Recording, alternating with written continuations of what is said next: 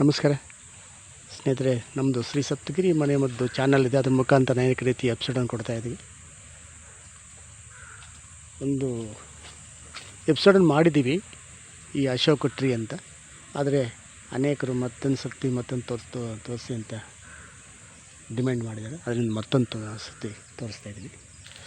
ಇದು ಅಶೋಕ ಟ್ರೀ ಅಂದರೆ ಆಗಿನ ಕಾಲದಲ್ಲಿ ಸೀತಾದೇವಿ ಅಶೋಕವನದಲ್ಲಿ ಕೂತಿರ್ತಕ್ಕಂತಹ ಇದೇ ಅಶೋಕ ಮರ. ಇದು ಮತ್ತು ಇನ್ನೊಂದು ಅಶೋಕ ಇದೆ. ಇದು ಅಲ್ಲ, ಇದಲ್ಲ. ಇದು ಆರ್ನಮೆಂಟಲ್ಲಿದ್ದು, ಅಂದರೆ ಉದ್ದಿಗೆ ಶೋ ಆಗಿ ಬೆಳ್ಕೊಂಡು ಹೋಗೋಕ್ಕೆ ಈ ಒಂದು ಅಶೋಕ, ಅದನ್ನು ಅಶೋಕ ಅಂತಾರೆ ಅದನ್ನು. ಆದರೆ ಇದು ಅಶೋಕ ಮರ. ಇದು ಆಯುರ್ವೇದಿಕಲ್ಲಿ ಉಪಯೋಗಿಸ್ತಾರೆ.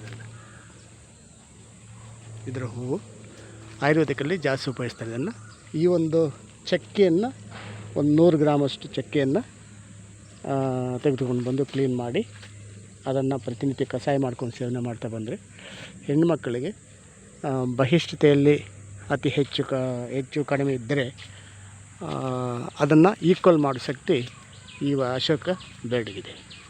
ಒಂದಲ್ಲ ಎರಡಲ್ಲ ಅನೇಕ ರೀತಿಯ ಕಾಯಿಲೆಗಳನ್ನು ವಾಸಿ ಮಾಡೋ ಶಕ್ತಿ ಈ ಅಶೋಕ ಮರಕ್ಕೆ ಇದೆ. ಅದೇ ಆ ಒಂದು ಅಶೋಕಕ್ಕೆ ಅಲ್ಲ, ಅದು ಸ್ವಲ್ಪ ಸೇವನೆ ಮಾಡಬಾರದು. ಕಾರಣ ಸ್ವಲ್ಪ ಟಾಕ್ಸಿನ್ ಜಾಸ್ತಿ ಇರ್ತದೆ, ಅಂಥವೆಲ್ಲ ಸೇವನೆ ಮಾಡಬಾರ್ದು. ಈ ಅಶೋಕ ಮರದಲ್ಲಿ ಹೂವು, ಇದು ಒಂದು ತೊಗಟು ಮತ್ತು ಅದರ ಒಂದು ಚಿಗುರು, ಇವೆಲ್ಲ ಆಯುರ್ವೇದಿಕಲ್ಲಿ ಬಳಸುವಂತಹ ವಸ್ತುಗಳು.